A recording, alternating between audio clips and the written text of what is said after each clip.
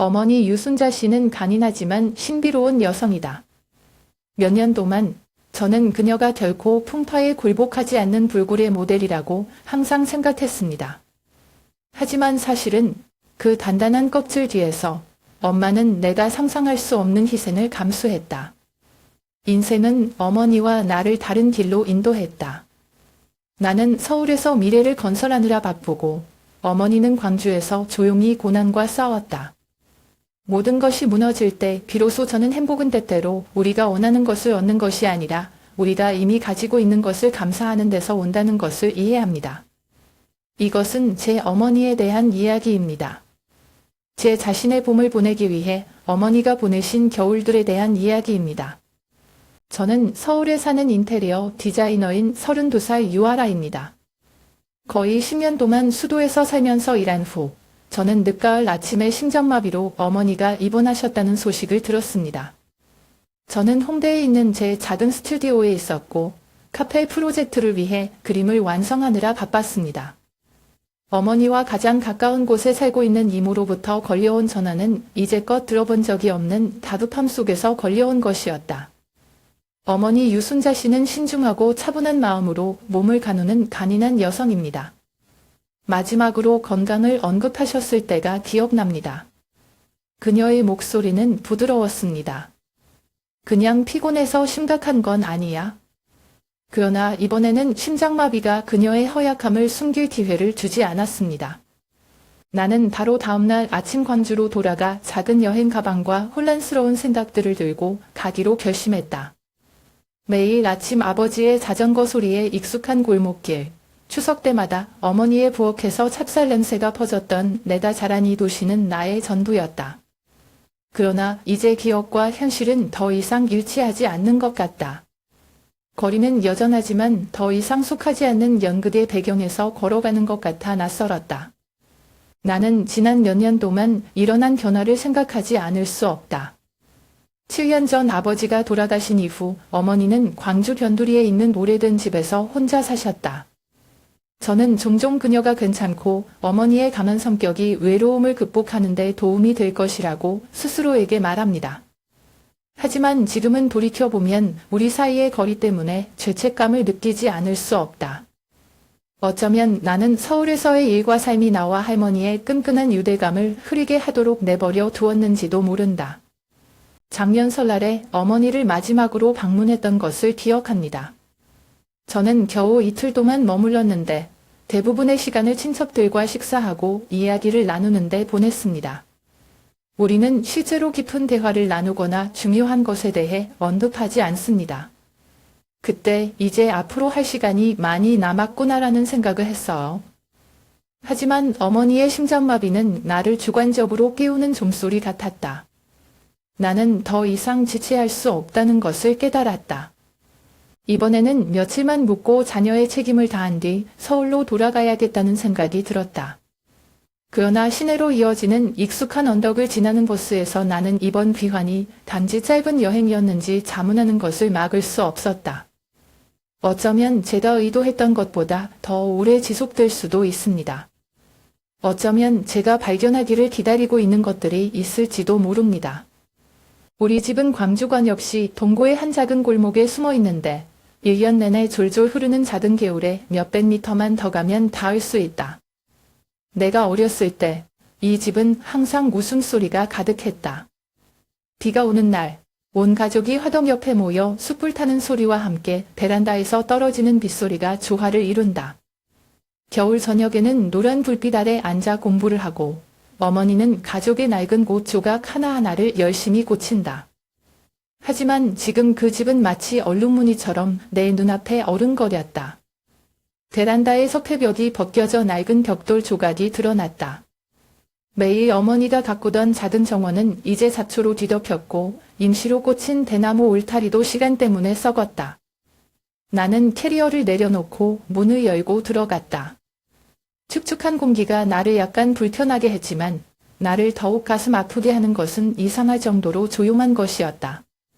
한때 웃음소리가 가득했던 집에는 이제 열린 창밖으로 바람소리만 남아있다.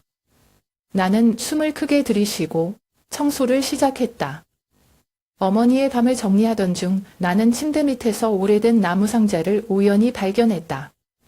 상자 위에는 세월이 흐르면서 희미해진 몇 줄의 글이 새겨져 있는데 그것은 순자라는 글자만 알아볼 수 있을 정도이다.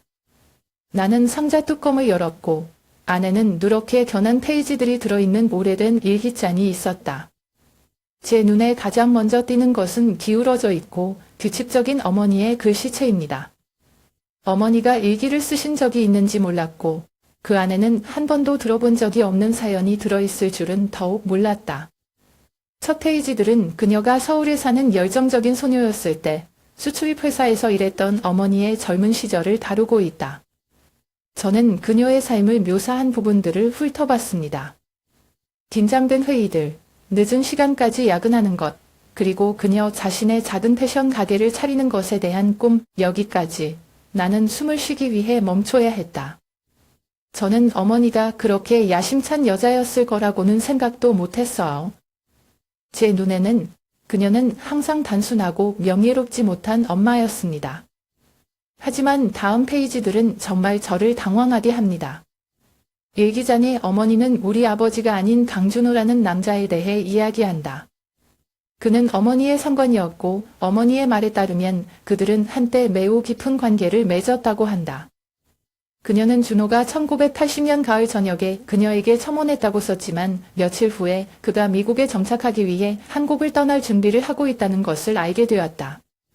어머니는 가족을 떠나는 것을 결코 받아들이지 않으셨기 때문에 고통스러울 것이라는 것을 알면서도 그 관계를 끝내기로 결정했습니다. 나는 엄마가 쓴 구절을 읽었을 때 목이 메었다. 마음이 깨져도 이 일에 대해 아무에게도 말할 수 없다. 아마도 이것은 운명일 것이고 나는 이기적으로 나 자신의 행복을 추구할 수 없다. 상자에는 몇 장의 오래된 사진이 들어있는데 그중 일부는 엄마와 준호가 나란히 서 있다. 사진 속 어머니의 얼굴은 내가 아는 할머니의 모습과는 사뭇 달랐다. 할머니는 이상하게 눈을 반짝반짝 빛내며 환하게 웃었다. 저는 갑자기 깨달았습니다. 어머니는 화려한 삶을 살았지만 가족과 친해지기 위해 그것을 포기하기로 결심했습니다. 일기장을 들고 있으면 안 될 비밀의 일부를 가지고 있는 것 같았다. 그날 밤 나는 오래된 부엌에 앉아 각 글을 읽고 강하고 상처받았던 옛날의 어머니를 상상하려고 노력했다. 그리고 나서 저는 스스로에게 묻지 않을 수 없었습니다. 어머니가 꿈과 사랑을 포기하지 않았다면 그녀의 삶은 어떻게 달라졌을까요? 그리고 지난 10년 동안 할머니를 떠나온 내가 어머니가 자신을 위해 원했던 길을 걷고 있을까? 그날 오후 광주의 하늘은 흐리고 회색 구름은 폭우를 예보하는 것처럼 무겁게 변했다. 어머니와 가족의 추억이 많이 남아있던 부엌을 다시 청소하느라 고생하고 있다. 작은 가스레인지가 녹슬어버린 낡은 부엌과 어머니가 손수 닫았던 나무 선반이 먼지로 뒤덮였다. 나는 집을 이 지경에 이르게 한 것에 대해 중얼거리며 자신을 책망했다. 때마침 문을 두드리는 소리가 울렸다. 현관문은 여전히 열려 있었고 나는 고개를 들어 현관 앞에 서 있는 한 남자를 보았다. 그는 50대 중반으로 키가 크고 마른 체구의 낡은 수트를 입었지만 눈빛은 차갑고 속셈이 넘치는 표정이었다. 나는 조금 놀랐지만 그가 물어보기도 전에 그는 집으로 완전히 걸어 들어갔다. 저는 김영민입니다. 라고 그는 낮고 차가운 목소리로 말했다. 유순자 할머니 딸인가 봐요. 나는 고개를 끄덕였고 마음은 약간 불안했다. 당신은 누구요? 우리 엄마를 무슨 일로 찾으셨어요? 그는 눈을 가늘게 뜨고 압력을 가하기 위해 일부러 침묵을 연장하는 것 같았다. 그런 다음 그는 나는 당신의 어머니의 전 채권자입니다. 나는 이 집이 몇 년 전부터 저당 잡혀 있다는 것을 알려주러 왔다. 처음에는 부채가 크지 않았지만 지금은 이자까지 포함하면 금액이 2배로 늘었다. 발 밑에 흙이 무너지는 기분이었다. 주위의 모든 것이 갑자기 모호해졌다. 담보? 빚. 무슨 말씀이세요? 우리 엄마가 이런 얘기 한 적 없어. 나는 거의 비명을 지를 뻔했다. 그는 움찔하지 않았다. 원하신다면 다시 확인하실 수 있지만 이것은 사실입니다. 대출 상환 기간이 다가왔고 그렇지 않으면 이 집을 회수해야 할 것입니다. 라고 말했죠. 그는 종이 한 장을 책상 위에 올려놓았습니다. 그것들은 계약서들이고 어머니의 서명이 각 페이지에 선명하게 나타난다. 종이책을 집어들자 손이 떨려서 하마터면 떨어뜨릴 뻔했다. 모든 것이 합법적으로 보인다. 나를 조롱하는 것처럼 숫자가 하나씩 나왔다. 어머니는 내가 상상할 수 있는 것보다 더 많은 돈을 빌렸고 이자는 더욱 믿을 수 없었다. 나는 화가 났지만 무엇보다도 고통과 혼란이 있었다. 엄마는 왜 나한테 숨겼어요? 그 남자가 떠나자 나는 즉시 택시를 불러 병원으로 갔다. 어머니는 침대에 누워 참백한 얼굴이었지만 눈빛은 여전히 평온한 표정을 유지하고 있었다. 나는 방에 들어가 인사도 하지 않고 바로 물었다. 엄마, 이게 무슨 일이야? 엄마는 왜 나에게 그 빚에 대해 말하지 않았니? 엄마가 언제 알려주려고? 집 털러 올 때? 엄마는 바로 대답하지 않았다. 할머니는 나를 쳐다보았고 슬픔에 젖은 눈빛이었지만 불쾌한 듯 조용했다. 감정을 억제하려고 노력했지만 목소리는 여전히 답답함을 감추지 못했다. 엄마, 내가 어떻게 느꼈는지 알아요? 엄마가 왜 나한테 숨겼어야 했어?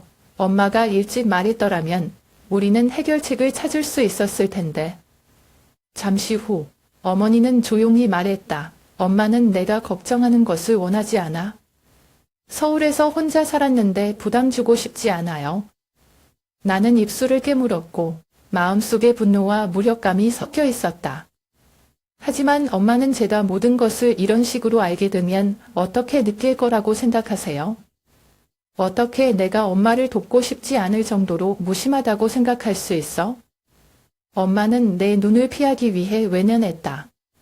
그때 저는 뭔가 다른 것을 깨달았습니다. 어머니의 얼굴에는 병으로 인한 피로뿐만 아니라 그녀가 표현할 수 없는 걱정인 더 깊은 무언가가 숨겨져 있다.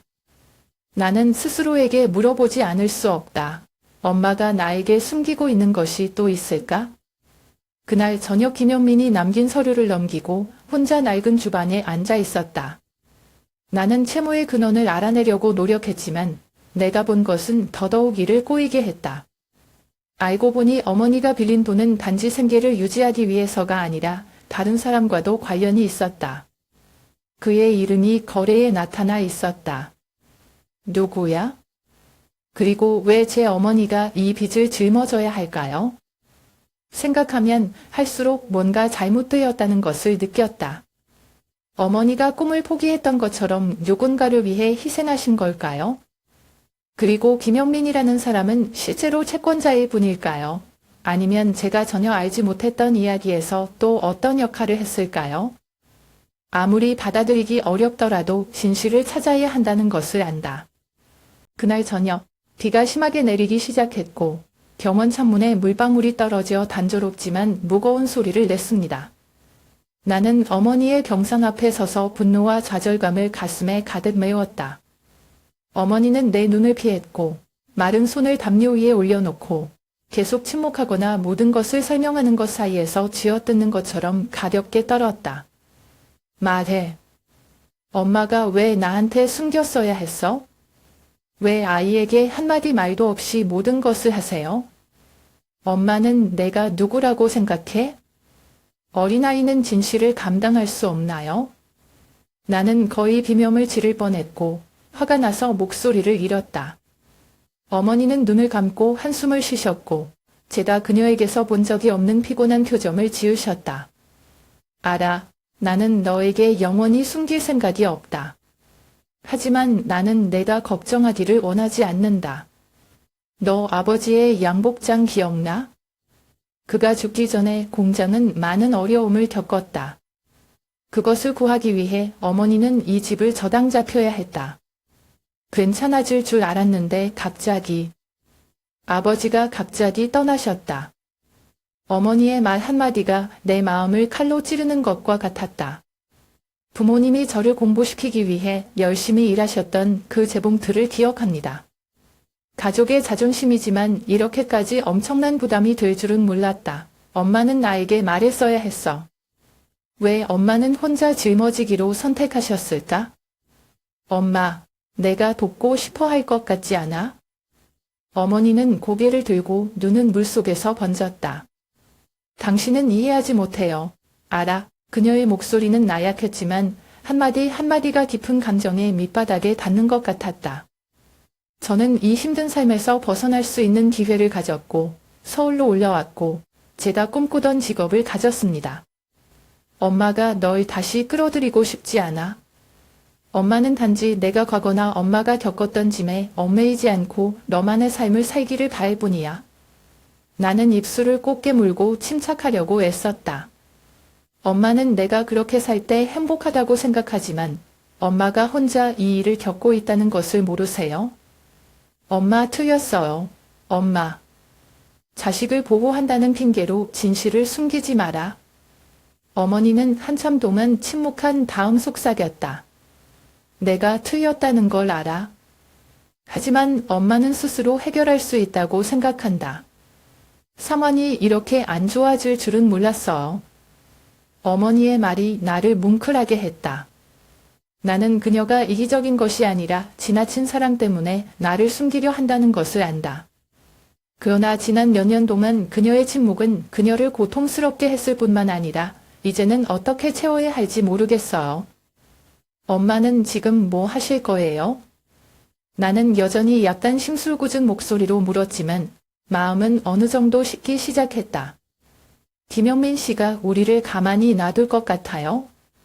그는 단지 돈만을 원하는 것이 아닙니다. 그는 이 집을 원합니다. 어머니는 대답하지 않고 고개만 숙였다. 희미한 경원 조명 속에서 할머니는 내 마음을 아프게 할 정도로 작아 보였다. 나는 어느새 조용히 눈물을 흘리며 거기에 서 있었다. 당장 용서할 수는 없지만 이런 상황에서 어머니를 방치할 수는 없다는 것을 안다.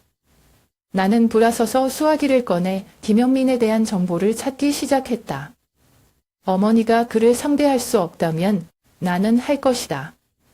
하지만 마음속 깊이 이 부채에 대해 뭔가 이상한 것을 느꼈다. 아버지의 죽음 직후 의료공단이 문을 닫았을 때 어머니는 왜 그렇게 큰 돈을 빌려야만 했습니까? 그리고 왜 김영민은 어머니의 건강이 쇠약해졌을 때 바로 지금 나타났을까요? 나는 이것이 단순한 빚이 아니라는 것을 안다. 그 이면에는 아마도 다른 이야기가 있을 것입니다. 어머니가 아직 준비가 되지 않았거나 감히 말할 수 없는 이야기입니다. 하지만 뭐가 됐든 다시는 엄마를 혼자 대면하게 할 수 없어요.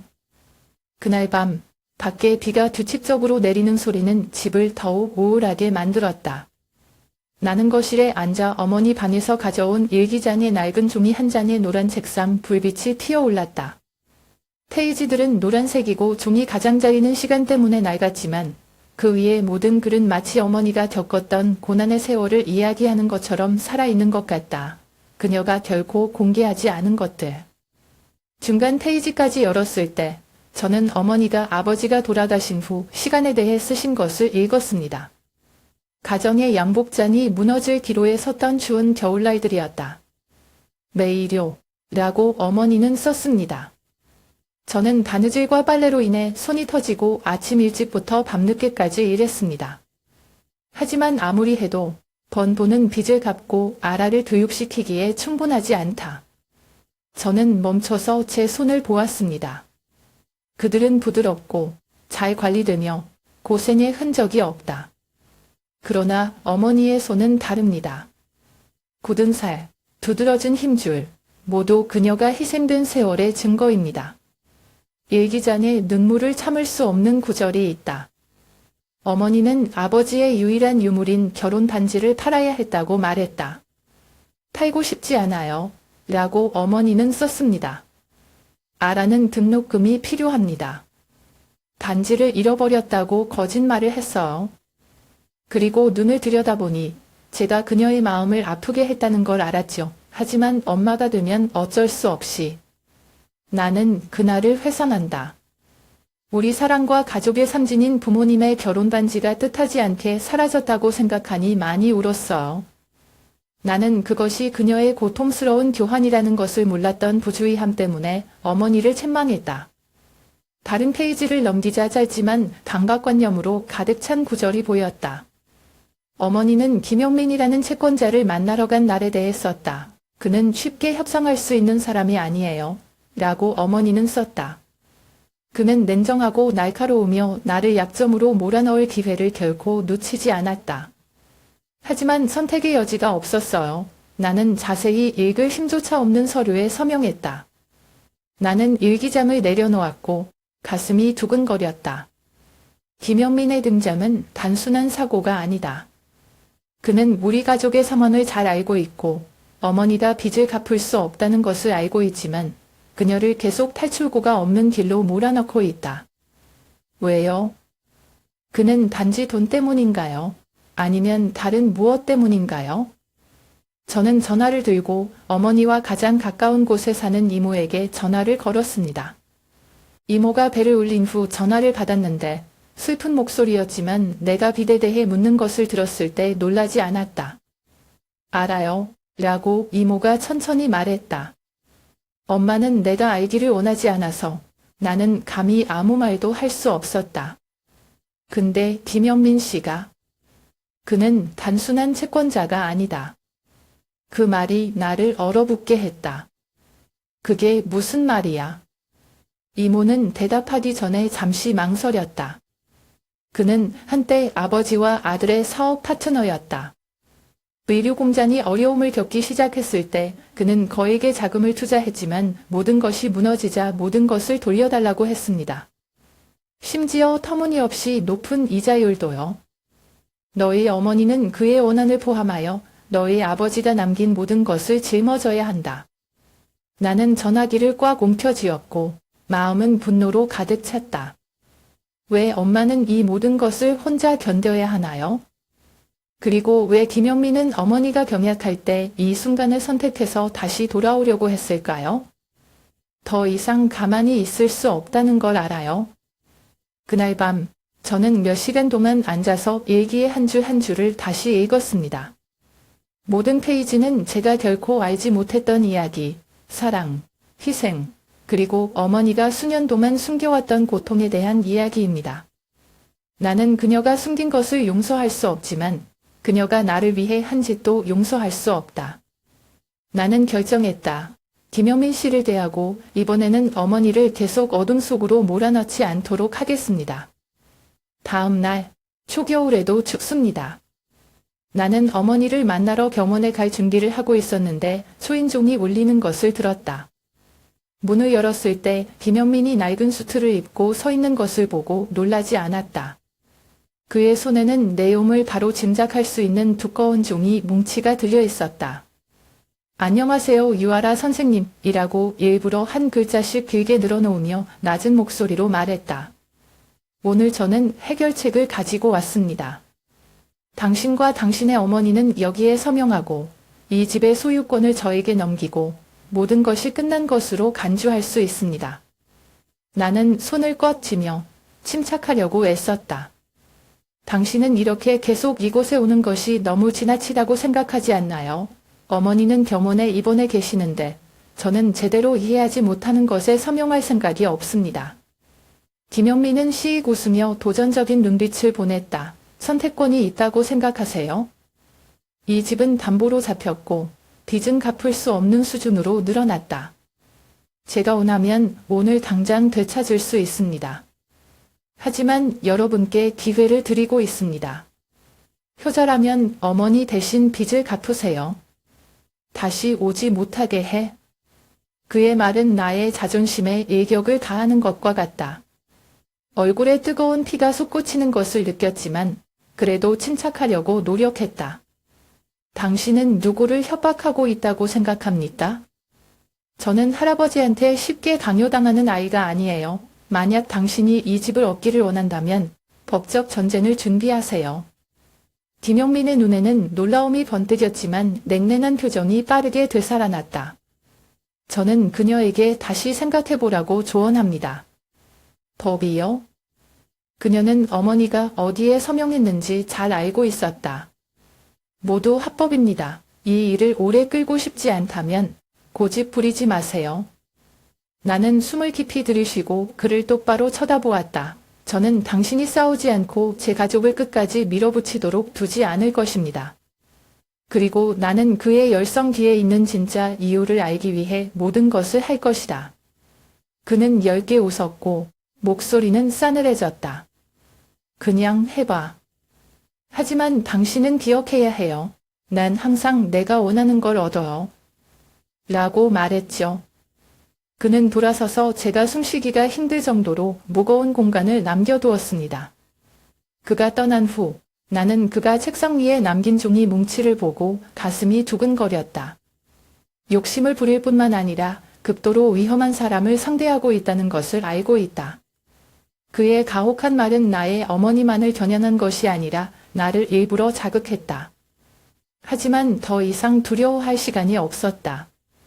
그날 저녁, 저는 대학 시절의 옛 친구 지훈에게 전화를 걸어 현재 서울의 한 대기업에서 변호사로 일하고 있습니다. 지훈이는 예전에 작은 법률 문제를 해결하는 것을 도와준 적이 있는데 이번에 탈출구를 찾을 수 있도록 도와줬으면 좋겠다. 상황 얘기를 듣자 지훈은 한숨을 쉬었다. 알아. 생각보다 일이 복잡해 보여요. 하지만 나는 내일 광주에 가서 서류를 살펴볼 것이다. 더 이상 그 남자와 맞서지 마세요. 김영민 씨 같은 사람은 법만 쓰는 게 아니라 남들이 생각지도 못한 걸 쓰는 것 같아요. 지훈의 경고는 나를 더욱 불안하게 했다. 나는 김 씨가 단순한 채권자가 아니라는 것을 안다. 왜 그는 지금 어머니를 몰아세울까요? 이 부채의 배후에 제가 아직 보지 못한 더 큰 음모가 있을까요? 그날 밤 나는 잠을 잘 수가 없었다. 나는 오래된 부엌에 앉아 앞에 놓인 종이책을 보며 분노와 무력감을 느꼈다. 저는 어머니, 그리고 어머니가 고통받으신 희생에 대해 생각했고 깨달았습니다. 이것은 단지 빚을 갚는 것이 아니라 평생 저를 지켜주신 어머니를 보호할 수 있는 마지막 기회였습니다. 다음 날 아침, 나는 담보에 대한 정보를 찾기 위해 도시의 지정사무소에 가기로 결정했다. 김 씨가 나에게 쉽게 항복을 강요할 수 있다고 생각한다면 착각이다. 나는 집을 지키고 싶을 뿐만 아니라 그가 숨기려고 하는 모든 것을 폭로하고 싶다. 나는 집 앞마당에 서서 눈이 벗겨져 있는 벽과 잡초로 뒤덮인 정원을 응시했다. 이것은 단지 집이 아닙니다. 그곳은 제가 자랐던 곳이고 아버지의 웃음소리, 어머니가 저를 밥 먹으라고 부르시는 소리, 그리고 추운 겨울날 온 가족이 불가에 모였습니다. 그러나 이제 그것은 더 이상 단순한 집이 아니다. 그것은 김영민과의 의도적인 신경전의 품목이 되었다. 나는 그의 서류철을 손에 들고 있었고 차가운 숫자가 내 마음을 무겁게 짓누르는 것 같았다. 집을 판다는 것은 빚을 다 갚고 김영민의 매달림에서 어머니를 구해준다는 뜻이다. 하지만 집을 파는 것은 가족, 아버지, 그리고 제가 항상 간직하고 있던 기억들과의 마지막 연결고리를 끊는 것을 의미하기도 합니다. 그렇게 하면 엄마가 아무리 말해도 마음이 아플 거라는 걸 알아요. 저는 두 번째 선택지가 생각났습니다. 김 씨와 맞서야 하는데 어떻게 맞서야 할까요? 저는 가구 디자이너일 뿐이고 복잡한 법적 분쟁에 연루된 적이 없습니다. 빚을 갚기 위한 방법을 강구하세요. 하지만 그 엄청난 돈을 어디서 구할 수 있을까요? 그 질문들이 내 마음속에 계속 맴돌아서 내가 탈출구가 없는 늪에 빠진 것처럼 느끼게 했다. 고통스러우면서도 동시에 나 자신을 마주하게 하는 감정인 가족의 부담이 어깨에 확연히 느껴진 것은 난생 처음이었다. 그날 저녁 나는 어머니를 만나러 병원에 갔다. 그녀는 자고 있었고 얼굴은 그 어느 때보다 초췌했다. 그녀의 여인 손은 때때로 무언가를 꿈꾸는 것처럼 가볍게 움직였다. 나는 옆자리에 앉아 어머니의 얼굴을 뚫어지게 바라보았다. 그녀의 얼굴의 모든 주름, 모든 시간의 흔적들은 가족을 위해 모든 것을 희생한 한 여성의 이야기를 말한다. 나는 엄마의 손을 꽉 잡고 속삭였다. 엄마, 더 이상 혼자 감당하게 할 수 없어요. 그런데 어떻게 해야 돼? 답례로 어머니는 눈을 뜨고 약하지만 여전히 확고한 눈으로 나를 바라보았다. 알아. 무슨 생각하는지 알아요. 하지만 들어보세요. 이 집은 중요하지만 내가 더 중요하다. 선택을 해야 한다면 차라리 그걸 잃는 게 나아요. 어머니의 말은 나를 뭉클하게 했지만 나는 그렇게 쉽게 받아들일 수 없었다. 저는 어머니가 희생이 그녀의 유일한 선택이라고 생각하는 것을 원하지 않아요. 저는 할머니와 이 집 전체를 보호할 방법을 찾아야만 했습니다. 다음날 약속대로 친구 지훈이가 광주에 와서 우리는 함께 주택과 담보대출에 대한 정보를 찾기 위해 지정사무소에 갔다. 예상대로 담보계약은 완전히 합법적이었다. 근데 지훈이랑 제가 주목하는 건 프로필의 디테일이 있어요.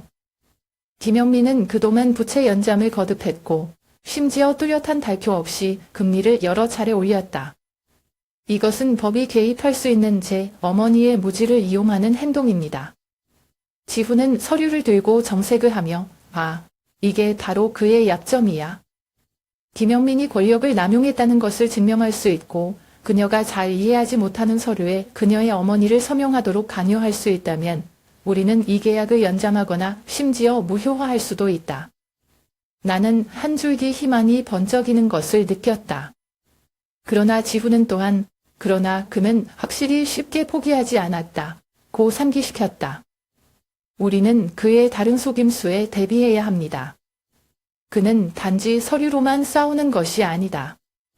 그 경고는 나를 불안하게 했지만 동시에 나의 결심을 굳혔다. 저는 제가 전쟁을 앞두고 있다는 것을 알았고 이것은 단지 집을 위한 전투가 아니라 어머니의 평화와 명예를 되찾기 위한 전투이기도 했습니다.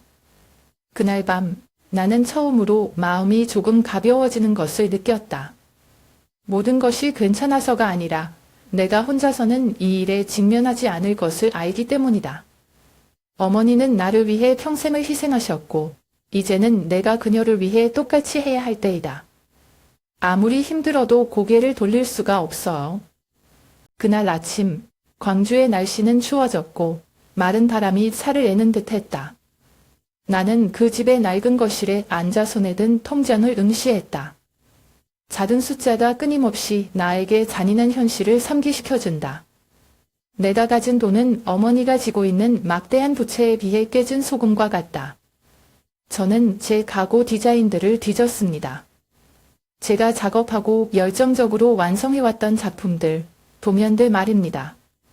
그중 제가 특히 좋아하는 몇 가지는 강남의 한 작은 전시회에 전시된 적이 있습니다. 하지만 지금은 제가 감당할 수 없는 사치품들이에요. 저는 그것들을 하나씩 팔기로 결심했습니다. 내가 수작업으로 만들던 나무 커피 테이블이 옮겨지는 것을 보니 마음이 조여왔다.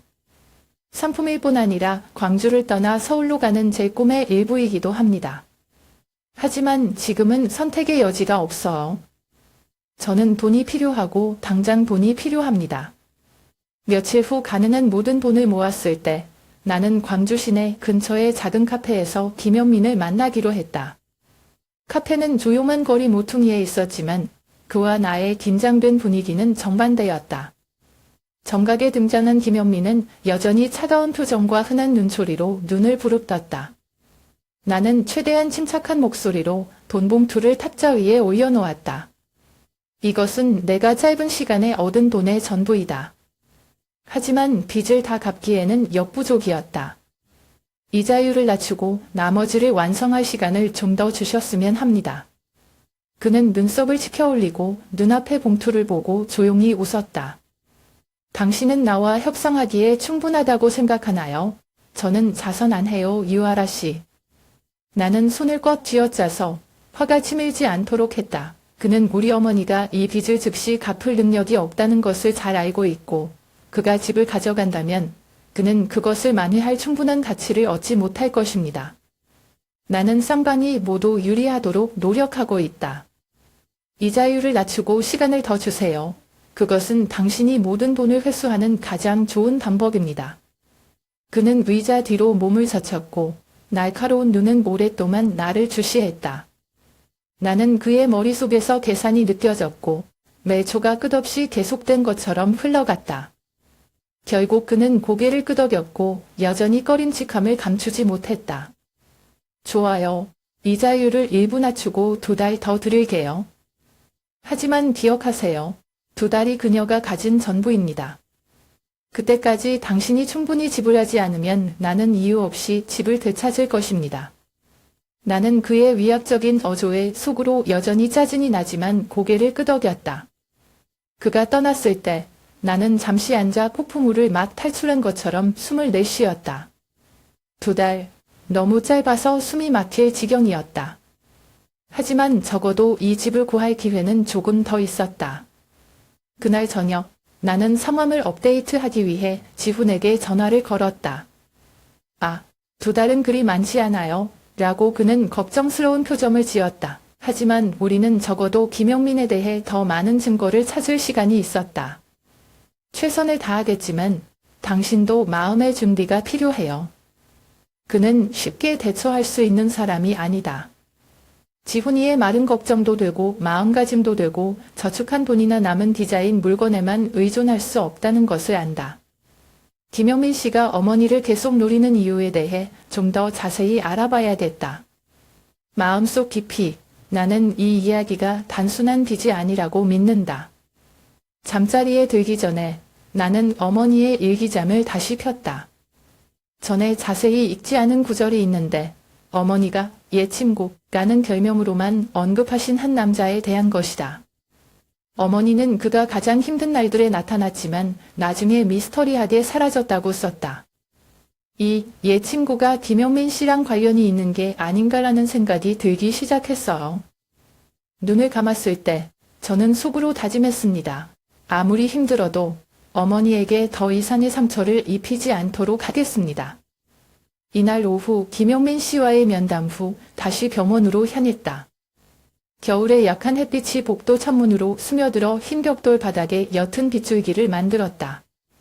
어머니를 위해 스낵 봉지를 가져왔는데 아직도 아침의 팽팽한 대화로 마음이 무겁다. 내가 방에 들어갔을 때 어머니는 침대 위에 비스듬히 누워 창밖을 내다보고 계셨다. 나는 가볍게 걸으려고 노력했지만 어머니는 발자국 소리를 듣고 고개를 돌려 힘없이 웃었다. 알아, 돌아왔어. 어머니의 목소리는 쉰 목소리였지만 눈빛에는 온화함이 가득했다. 나는 침대 옆 작은 탁자 위에 가방을 놓고 어머니에게 따뜻한 물을 한 잔 따라 주었다. 어머니는 나를 유심히 보더니 갑자기 내 손을 잡았고 마른 손은 무언가를 붙잡는 것처럼 떨렸다. 알아. 엄마가 조용히 부르자 그녀의 눈이 눈물을 글썽이기 시작했다. 나는 옆에 앉아 아무 말도 하지 않고 그녀가 계속하기를 기다렸다. 당신에게 의지할 수 있을 거라고는 생각도 못했어요. 그녀의 목소리는 꽉 막혔고 눈은 충혈되어 있었습니다. 너는 너무 오랫동안 이곳을 떠나 있었고 나는 항상 내가 새로운 삶, 내 짐의 여지가 없는 사적인 세상을 가지고 있다고 생각했다. 저는 몸이 뻣뻣해요. 어머니의 말 한마디 한마디가 내 마음속에서 찌르는 칼날 같았다. 저는 그것이 사실이 아니라고 반박하고 싶었고 어머니가 저를 오해하셨지만 말을 할 수 없었다고 말했습니다. 엄마가 틀렸어. 엄마가 말을 계속했고 목소리가 더 약해졌다. 나는 엄마가 생각한 것보다 더 강했다. 뒤도 안 돌아주고 엄마, 가족을 위해 싸워줘서 고마워. 뭔가 목구멍에 뭉클한 느낌이 들어요. 어머니의 감사의 말은 나를 안심시키는 대신 내 마음을 아프게 했다. 엄마가 이런 말을 하는 것을 처음 들었습니다. 강했던 여자는 약점을 드러내지 않고 누구에게도 의지하지 않고 지금은 제가 필요하다고 합니다. 나는 잠자코 어머니의 여인 손이 내 손을 잡고 있는 것을 보았다.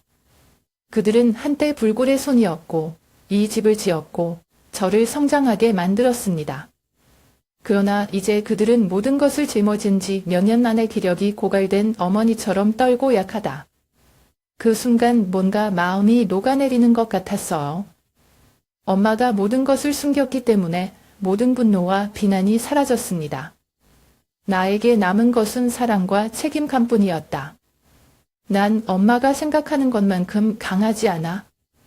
마침내 떨리는 목소리로 말을 꺼냈다. 하지만 노력하겠습니다. 약속할게. 우린 이겨낼 거야. 엄마 혼자 다 짊어질 필요 없어. 엄마가 내 손을 꽉 쥐어주고 고개를 끄덕이더니 눈물이 뺨을 타고 흘러내렸다. 그 순간 저는 깨달았습니다. 이 짐은 어머니만의 것이 아니라 우리 둘 모두에게 공통된 짐이 되었습니다. 그리고 비록 앞길이 험난할지라도 나는 돌아서지 않을 것이라는 것을 안다. 그날 저녁 집에 돌아오면 지훈이가 보내준 자료들을 다시 펼쳐본다. 김영민과의 싸움은 아직 멀었지만 이제는 혼자가 아니다. 저는 어머니가 있고 가족의 기억도 있고 그것들을 지킬 의지도 있습니다. 내가 잃을 수 없는 유일한 것은 우리가 모든 것을 이겨낼 것이라는 믿음이다. 어머니가 퇴원한 후 광주는 추워졌다. 어머니를 집에 데려오던 날 마른 나무 사이로 겨울바람이 불어 공기가 쌀쌀했던 것을 기억한다. 어머니는 택시 안에 앉아 창밖을 바라보며 슬픔과 희망으로 가득 찬 눈빛을 보냈다. 우리가 집에 도착했을 때 그녀는 조용히 말했다. 아, 우리 집은 정말 낡았어. 무슨 말인지 알아요? 이 집은 아무리 많은 기억을 담고 있지만 이제는 지쳐버린 세월의 흔적처럼 보인다. 하지만 좌절하는 대신 엄마를 보며 우리가 고칠게. 엄마, 그냥 지키는 게 아니라 처음부터 다시 시작하는 거야. 그 후 며칠 동안 나는 광주에 더 오래 머물기로 결정했다. 처음에는 집을 수리하는 것뿐이었지만 점차 이것이 오래된 집을 개조하는 것만이 아니라 거리를 두었던 관계를 다시 쌓을 수 있는 기회라는 것을 깨달았습니다. 우리는 청소부터 시작했습니다.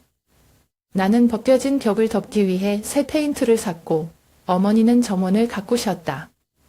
어머니가 심었던 오래된 꽃들은 이제 죽었지만 그녀는 다시 씨를 뿌리기로 결정했는데 이번에는 그녀가 가장 좋아하는 꽃들이다. 우리는 약간의 색깔이 필요합니다. 라고 어머니가 말씀하셨고 저는 수년 만에 처음으로 그녀의 미소가 안심이 되었습니다. 어느 날 저녁 거실 나무바닥에 앉아있을 때 어머니는 걱정으로 가득 찬 눈빛으로 나를 바라보았다. 알아. 엄마는 우리가 이 집을 어떻게 해야 한다고 생각해요. 고치는 것만으로는 부족해요. 다시 살아나야 돼. 나는 손에서 물건을 정리하는 것을 멈추고 고개를 들어 어머니를 보았다. 엄마는 무슨 생각을 하고 있니? 어머니가 작은 미소를 지었다. 엄마는 이곳을 커피숍으로 바꾸고 싶다. 어떻게 생각해? 이 집은 항상 사람들이 모여 웃고 떠드는 곳이다. 다른 사람들에게 즐거움을 줄 수 있다면 더 의미가 있을 것 같아요. 그 아이디어는 처음에는 나를 약간 놀라게 했지만 생각할수록 그럴싸하게 생각되었다. 이 집은 거주지일 뿐만 아니라 가족, 따뜻함의 상징이기도 합니다. 다른 사람들에게 그런 느낌을 줄 수 있다면 왜 안 될까요? 그날부터 엄마와 나는 계획을 세우기 시작했다. 우리는 바텐더를 놓을 거실의 한 구석을 선택하고 손님을 위한 앉는 공간으로 변하기 위해 식당을 청소했다. 나는 오래된 가구를 활용하고 수리하고 가게를 위한 테이블로 만들었다. 엄마는 창문 커튼부터 방 구석에 놓인 화분까지 세세한 부분까지 꼼꼼하게 챙겨주셨다. 저녁에 함께 일하는 어머니와 나는 종종 앉아서 따뜻한 차 한 잔을 마시며 옛날 이야기를 나눈다. 어머니는 자신의 젊은 시절과 자신이 놓친 패션 가게를 차리는 꿈에 대해 이야기했다. 저는 어머니께 제가 서울에서 혼자 살 때 직면했던 어려움과 스트레스에 대해 말씀드렸습니다. 우리는 작은 추억에 대해 웃었다. 내가 도넛을 사러 학교를 빼먹고 어머니에게 들켰을 때, 또는 어머니가 친척들 앞에서 곡소들 엎질렀을 때, 여전히 아무 일도 일어나지 않은 것처럼 웃었다. 우리 사이엔 상처와 비밀뿐 아니라 좋은 기억도 많다는 걸 깨달았어요. 우리 사이엔 상처와 비밀뿐 아니라 좋은 기억도 많다는 걸 깨달았어요. 그리고 바로 그 대화들이 나와 나의 모녀의 관계를 점점 더 가깝고 정직하게 만들었다. 어느 초겨울 아침, 우리 카페가 거의 완성되었을 때 어머니는 거실 한가운데 서서 주위를 둘러보더니 나에게로 돌았다. 알아. 기분이 어때?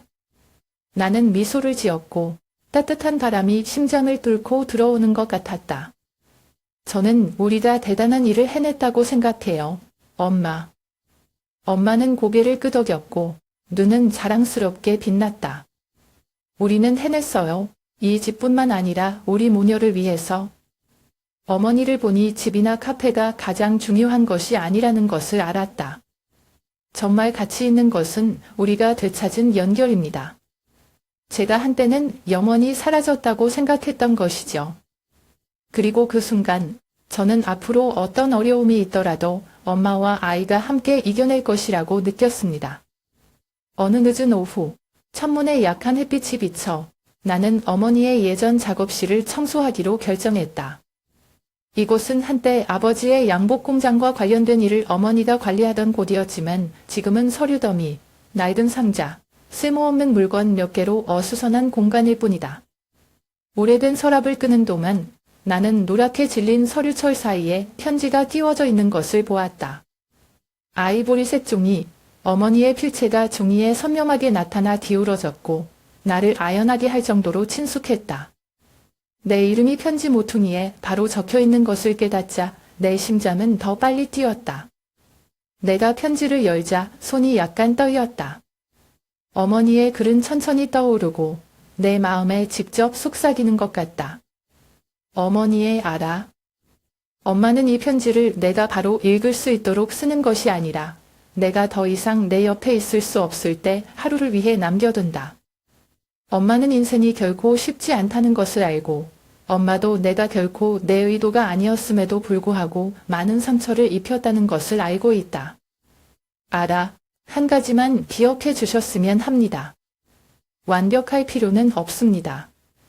엄마가 나에게 걸었다고 생각하는 모든 기대를 어깨에 짊어질 필요는 없다. 그냥 행복한 삶을 살면 된다. 내가 어떤 길을 선택하든, 내가 성공하든 실패하든, 엄마는 항상 내가 자랑스럽다. 나는 내가 말한 것보다 너를 더 사랑하고, 내가 내 인생에서 내가 가진 것 중 최고야. 여기까지 읽었는데 눈물이 볼을 타고 흘러내렸어요. 나는 마음속으로 솟구치는 감정을 금할 수 없다. 어머니의 말은 소박하고 따뜻하며 추운 겨울에 나를 감싸는 부드러운 담요와 같다. 어머니가 엄격하셨던 시절, 제가 부당하다고 생각했던 꾸지람을 떠올립니다. 알고 보니 엄마는 제가 훌륭하기를 원했기 때문이 아니라 어머니는 제가 삶이 가져올 수 있는 어려움 앞에서 굳건해지기를 원하셨기 때문이었습니다. 하지만 이 편지에서 어머니는 제게 또 다른 교훈을 주셨습니다. 행복은 다른 사람을 기쁘게 하는 것이 아니라 자신에게 진실되게 사는 것입니다. 나는 바닥에 앉았고 손은 여전히 편지를 꽉 쥐고 있었다. 어머니의 기억이 되살아난다. 학교에서 나를 데리러 오는 빗발치는 할머니, 오래된 옷을 꿰매주는 서투른 손, 서울로 가는 나를 배웅하는 할머니의 조용한 눈빛. 이 모든 것은 저는 당연하게 여겼지만 이제 그것이 바로 어머니가 말없이 저를 사랑하시는 방법이라는 것을 이해합니다. 그날 저녁, 나는 방금 수리된 집의 따뜻한 공간 한가운데에 거실에 앉아있는 동안 편지를 어머니에게 보여드렸다. 어머니는 내가 그것을 읽었다는 것을 깨닫고 나를 보고 약간 당황했다. 그 편지를 그렇게 빨리 보게 하려던 건 아니었어요. 라고 엄마는 약간 수줍은 말투로 조용히 말했다. 엄마는 시를 쓰기 위해 혹시 모르니까 읽을 수 있어서 정말 기뻐요. 라고 말하면서 저는 고개를 가로챘고 떨리는 목소리로 말했습니다. 저는 엄마가 이런 말을 하는 것을 들어본 적이 없어요. 그리고 엄마한테도 말 안 했는데 엄마가 얼마나 자랑스러운지. 어머니의 눈빛이 누그러졌고 우리는 더 이상 말없이 서로를 껴안았다. 그날 저녁 어머니가 잠자리에 들었을 때 저는 그녀의 작업실에 앉아서 편지를 다시 보고 있었습니다. 우리가 앞으로 얼마나 많은 어려움에 직면하더라도 편지에 실린 어머니의 말씀은 항상 제가 계속할 수 있는 원동력이 될 것이라는 것을 알고 있습니다. 나는 완벽할 필요가 없고 단지 내가 사랑하는 것을 위해 진실하게 살고 모든 것을 해야 한다. 인생에는 여전히 도전이 있다. 빛에서, 김영민에서, 무수한 미지의 것에서. 하지만 이제는 더 이상 두렵지 않습니다. 옆에 있는 어머니와 내가 모든 것을 이겨낼 수 있다는 믿음으로 모든 것이 잘 될 것이라는 것을 이해한다. 커피숍 개점식 날 광주는 추운 겨울날 드문드문 맑은 아침을 맞이한다. 황금빛 햇살이 은은히 내리쬐어 엄마와 내가 심혈을 기울여 지은 작은 공간을 따뜻하게 했다. 새로운 시작을 상징하는 의미로 어머니가 선택한 이름인 봄커피라는 손글씨가 있는 나무 간판이 문 앞에 걸려 있다. 손님이 생각보다 일찍 왔다. 수년 동안 이 집이 한산해지는 것을 목격했던 대부분의 이웃들이 지금은 갑자기 분주해졌다. 어머니의 옛 친구, 이모, 이모들, 할머니와 함께 양복 공장에서 일했던 이모들도 작은 꽃다발과 축원을 가지고 왔다. 커피 머신을 사용할 때 손이 서툴지만 연한 갈색 앞치마를 입고 바텐더 뒤에 서 있는 어머니를 보았다. 봄, 우리의 봄이 돌아왔습니다. 라고 어머니가 제게 돌아왔을 때 그녀의 미소가 제 마음을 따뜻하게 해주셨어요. 나는 창문 근처의 작은 구석을 골라서 그곳에서 불빛이 부드럽게 탁자를 덮었다. 내 앞에는 수첩과 펜, 그리고 엄마가 방금 타신 커피잔이 있었다. 따뜻한 커피 향기가 방 전체에 퍼져 첫 번째 손님들의 웃음소리에 섞였다. 저는 공책을 펴고 펜을 들고 첫 줄을 썼습니다. 이 이야기는 우리 어머니에 관한 것입니다. 딸이 더 아름다운 봄을 살기 위해 가장 추운 겨울을 보낸 여성에 대한 이야기입니다. 하지만 아마도 이것은 그녀의 마음에서 봄을 보는 법을 배울 때 저에 대한 이야기일 것입니다. 여기까지 글을 쓰면서 나는 고개를 들고 나이든 손님에게 웃고 있는 어머니를 바라보았다. 저는 처음으로 어머니와 제가 집을 수리하기 시작했던 날들을 떠올렸습니다. 밤새도록 청소하던 시절, 책상을 정리하는 방법이나 방 구석에 놓을 나무를 고르는 방법 같은 사소한 일로 말다툼을 했던 시절들 말입니다. 하지만 무엇보다도 저는 우리가 함께 모여 지난 날들, 미래에 대한 희망에 대해 이야기했던 순간들이 가장 기억에 남습니다. 잠시 후 식당이 더 붐비자 갑자기 손님이 나타났다. 김영민입니다. 그는 차분한 태도로 들어왔지만 여전히 권위적인 모습을 띠고 있어서 나는 경각심을 갖지 않을 수 없었다. 그는 여느 때처럼 정장을 입지 않았고 대신 검은색 롱코트를 입고 있어 더욱 신비롭게 보였다. 개업 축하해요. 그가 나지막하지만 의미심장한 목소리로 말했다. 당신과 당신의 어머니가 무엇을 해내셨는지 보러 왔어요. 가게 분위기가 순식간에 긴장되었다. 몇 년 나이 든 손님들이 그를 힐끗 쳐다보았는데 마치 이 남자가 이곳의 따뜻한 분위기에 속하지 않는다는 것을 알아차린 것 같았다. 나는 일어서서 그의 맞은편으로 걸었고 심장이 더 빨리 뛰는 것을 느꼈다. 무엇 때문에 오셨어요?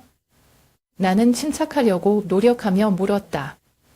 김영민은 어깨를 으쓱했고 날카로운 눈은 나를 똑바로 쳐다보았다. 저는 단지 우리가 합의한 후 당신이 어떻게 대처했는지 보고 싶습니다. 꽤 감명받았어요. 하지만 알다시피 당신의 시간은 얼마 남지 않았어요. 그 말은 찬물을 끼얹는 격이었다.